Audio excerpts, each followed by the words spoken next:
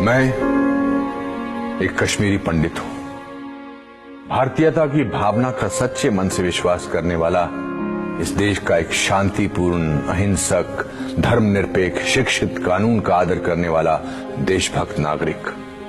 26 साल पहले आज ही के दिन मुझे अपने घर से बेघर कर दिया गया। ये मेरी कहानी है। 1999 के शरद ऋतु के आते आते कश्मीर में आतंकवादियों का बोलबाला था। राज्य सरकार ने अपनी सभी जिम्मेदारियों का त्याग कर दिया था और किसी प्रकार का कोई प्रशासन नहीं रह गया था। आतंकियों के फरमानों ने कश्मीर घाटी को अपने लपेटे में ले लिया था। ऐसा लगता था जैसे भारतीय होना मानो एक गाली हो। आतंकवादी हिट लिस्ट जारी करने में लगे हुए थे। हर वो शख्स जो भारत समर्थक था उसे मुखबिर करार दिया जाता था। उसको मारना जिहाद था और पुण्य भी। प्रमुख कश्मीरी पंडितों को पहले से निशाना बनाकर मारा जा रहा था। सामाजिक कार्यकर्ता टीकालाल टप्लू को सरेआम दिन दहाड़े श्रीनगर में मारा गया। नीलकंठ गंजू को करणनगर में मार दिया गया और उनका शव सड़क पर कई घंटों तक पड़ा रहा। वकील प्रेमनाथ भट्ट की बेरहमी से दक्षिण कश्मीर के अनंतनाग क्षेत्र में हत्या की गई।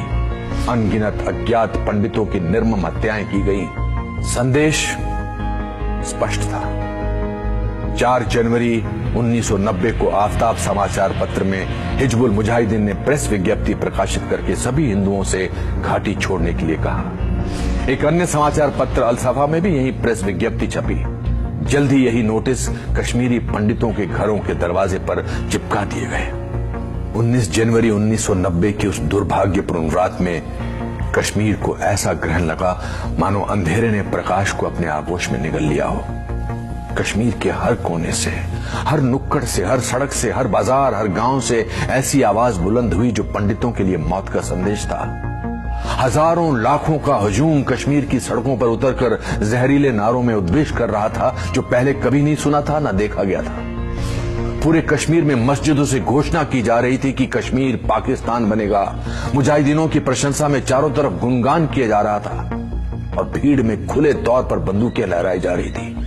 जागो जागो सुबह हुई, रूस ने बाजी हारी है, हिंद पे लर्जा तारी है, अब कश्मीर की बारी है। बार बार ये गाना मस्जिदों से चलाया गया।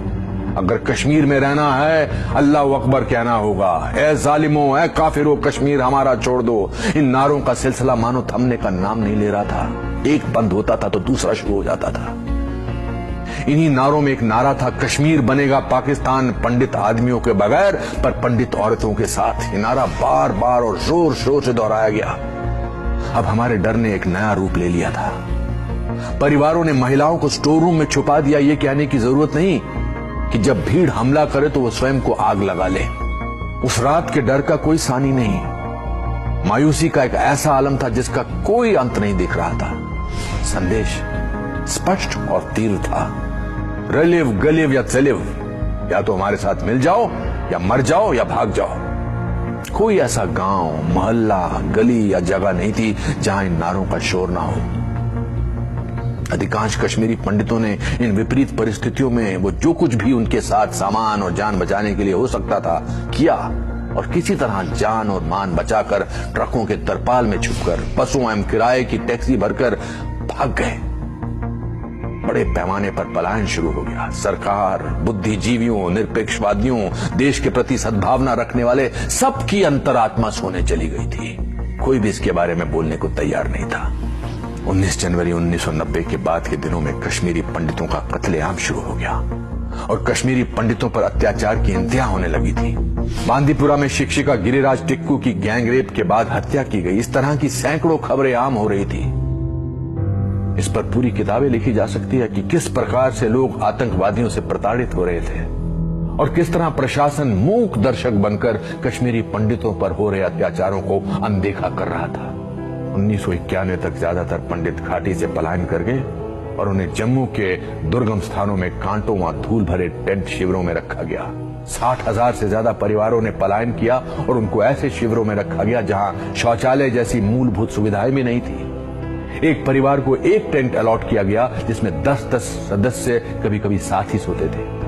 निजता का नितांत अभाव था। इन शिविरों में काफी बड़ी तादाद में बीमारी से मौतें भी हुई ज्यादातर मौतें सांप के काटने और अत्यधिक गर्मी के कारण हुई।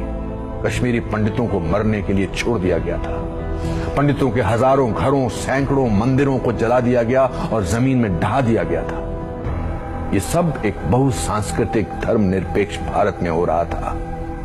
जो पंडितों की छोटी संख्या अभी भी घाटी में रह रही थी, उनके साथ नरसंहार किए गए थे। आतंकवादियों ने 2 महीने के बच्चों को भी नहीं बख्शा। पंडित के पूरे पूरे गांव को साफ कर दिया गया। आज तक एक भी व्यक्ति को दोषी करार नहीं दिया गया। हजारों पंडितों की हत्या व नरसंहार की सजा तो दूर की कौड़ी है। किसी ने इस नरसंहार और पलायन पर कोई इस प्रकार की चिंता प्रदर्शित नहीं की। हमारे घर सूने पड़े हैं, मंदिर अपवित्र हैं, सब कुछ ढहने को है।